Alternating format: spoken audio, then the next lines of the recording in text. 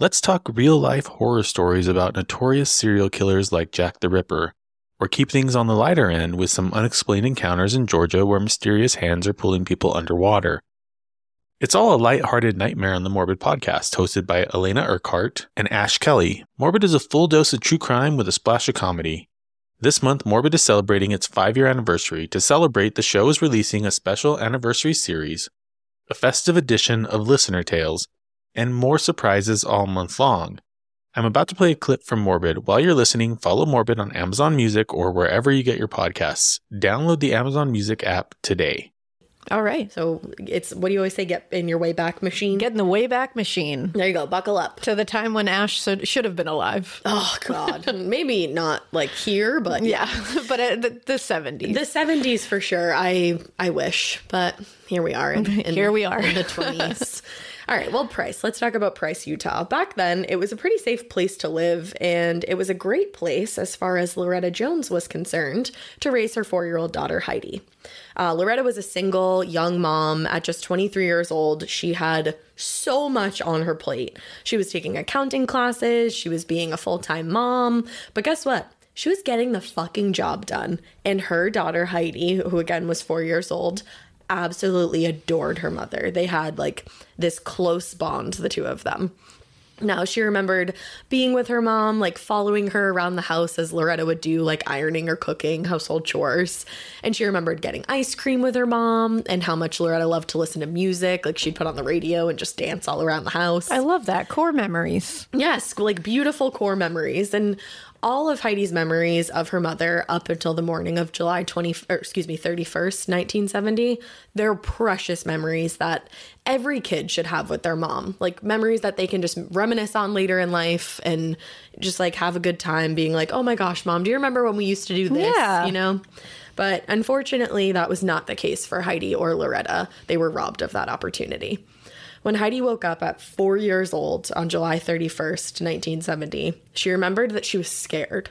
And she wasn't so sure what exactly she was scared of, but there was just this feeling in the air that freaked her out. And she was so apprehensive that she actually peeked out of the keyhole of her bedroom door before venturing out into the living room. That's wild. At 4, she already had that, like, that feeling. Intuitive sense. Our bodies do. Yeah. Like, they totally do. We just don't listen to them as adults. That's the thing. But kids do. And that's why kids are way more subject to, like, paranormal activity and things like that. Because they're just open. They are. So Heidi looks through the keyhole of her room, and so she's like in her room looking out into the living room. And when she peeks through, she sees that somebody's lying on the floor in blood. And when she opens up that door to inspect a bit closer, she realizes that the someone lying on the floor was her mother, 23-year-old Loretta Jones. Oh my God, and she was 4? 4 years old. Oh. So she ran outside to see if she could get any help, and that's when she saw one of her neighbors out in his front yard. He was like a little kid. And in every source, it says that he was looking for bugs and critters just to use as bait to go fishing later that day. And I just feel like that is such a good example of how you can just be so totally oblivious to like what other people might be going through.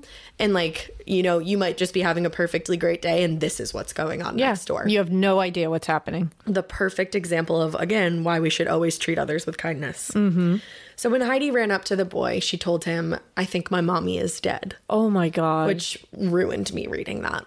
Oh. So the boy runs over to her house with her and they peek into the doorway and he's like, I think you're right. So he runs, he tells his parents, they take Heidi in and they call the police.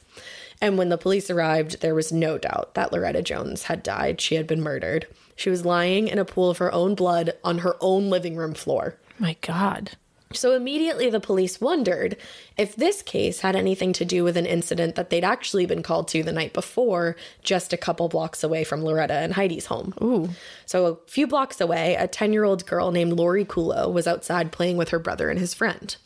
And the brother and his friend were out in the front yard playing, and she was in the same area, but she was kind of riding her bike, I think, out in the street. Doesn't sound like it was very busy. It was like later at night. So she's doing little loops on her bike.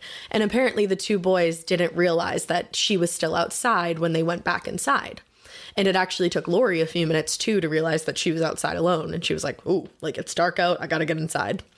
So she starts to head in for the night. But as she's doing so, she sees a man out of the corner of her eye. And she just thinks for a second, like registers that.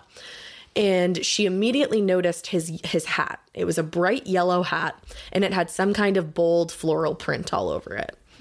Now, before she knew it, this man came rushing toward her, grabbed her from behind.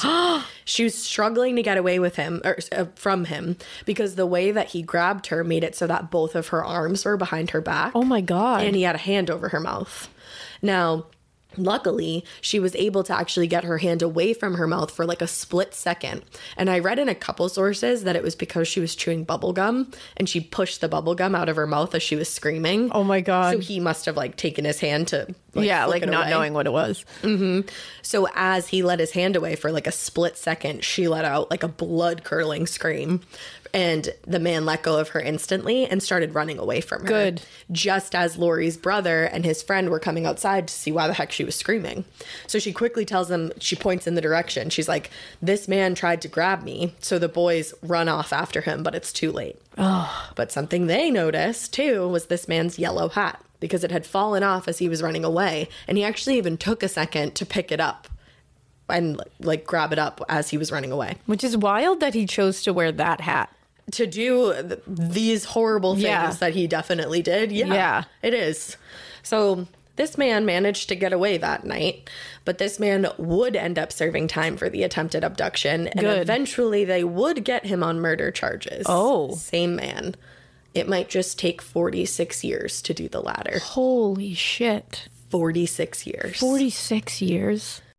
Hey, Prime members, you can listen to Morbid wherever you get your podcasts or early and ad-free on Amazon Music. Download the Amazon Music app today.